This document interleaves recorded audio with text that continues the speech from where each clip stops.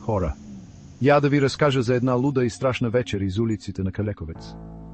Всичко започна с Методи и неговия авер Стефчо. Караха си го както си му е реда, може би пинали по някоя друга биричка. Знаете как е. И изведнъж един пиянде, да го наречем Веско барабанчето, се дотътрил до тях. Веско не само, че е пиян, ами езикът му, без кости. Започнал да разси едни простотии по адрес на Методи и Стефчо, все едно е най-великия. А Методи си е кротък по принцип. Ама тази вечер нещо му е щракнало. Не му се е слушали простотиите на Веско.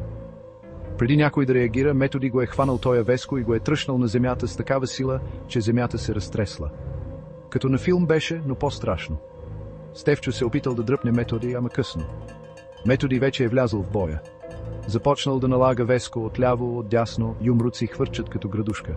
Екват се ударите по улицата като грамотевици. Народ се събрал, ама никой не смее да се меси. Веско нямал никакъв шанс. За броени минути лежи отнесен на паважа като парцелена кукла. Методи, задъхан, гледа какво е свършил. Ясно е с Методи, номера не минават, особено като е ядосан. Дошла е полиция, олеле-мале, голяма каша. Методи и Стефчо на разпити. Ама поне Веско е научил един ценен урок. Понякога е по-добре да си траеш и да уважаваш. Така че, запомнете, приятели, алкохолът и лошото държание не се връзват. Пазете се, благодаря ви, че гледахте, не забравяйте да харесате, споделите и да се абонирате за още луди истории. До следващия път.